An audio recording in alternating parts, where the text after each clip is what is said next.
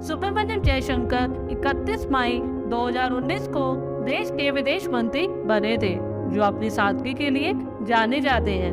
विदेश मंत्री के रूप में जयशंकर सर को बहुत सारे देश विदेश में यात्रा करनी पड़ती है। विदेश मंत्री का काम ही दूसरा देश के विदेश मंत्रियों के साथ मीटिंग्स करना होता है, या जब किसी दूसरे देश के प्रतिनिधि भारत आते हैं वो तब में उनके साथ बिजी रहते हैं। एक प्रोटोकॉल के तहत विदेश मंत्री का पूरा डेलीगेशन विजिट पर जाता है। अगर हिस्ट्री चेक की जाए तो भारत के विदेश मंत्री ऐसी यात्राओं पर अपने परिवार को ले जाना प्रेफर करते हैं, तो जाहिर सी बात है कि विदेशी यात्राओं पर काफी खर्चा भी आएगा। जयशंकर सर ने पिछले साल जहां जहां विजिट किया उनका डेटा सामने आ चुका है। यह डेटा मोदी सरकार ने अपने संसद सत्र में पेश किया है, जिसमें उन्होंने बताया है कि जयशंकर पिछले साल किन देशों की यात्रा पर गए और कितने समय के लिए गए।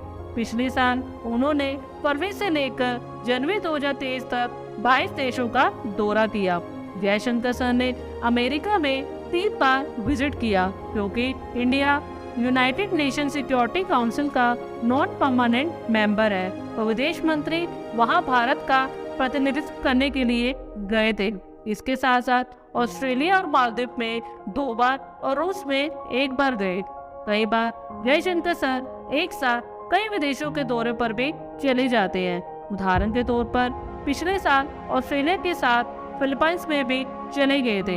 इसी तरह टोटल 32 देशों का दौरा उन्होंने 80 दिनों में किया और इन देशों में रहने का कुल खर्चा सिर्फ 5 करोड़ 25 लाख ही हुआ।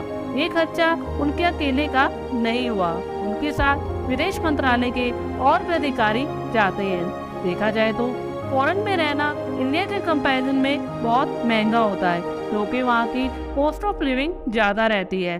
और एक जिम्मेदार विदेश मंत्री के रूप में जयशंकर सर ने अपना काम पूरे निष्ठा के साथ किया है। और एक रिस्पॉन्सिबल विदेश मंत्री के रूप में जयशंकर सर को आप कितनी रेटिंग देंगे, कमेंट बॉक्स में जरूर शेयर करें। और आगे भी इसी तरह के अपडेट्स के लिए हमारे चैनल को सब्सक्राइब करें। धन्यवाद।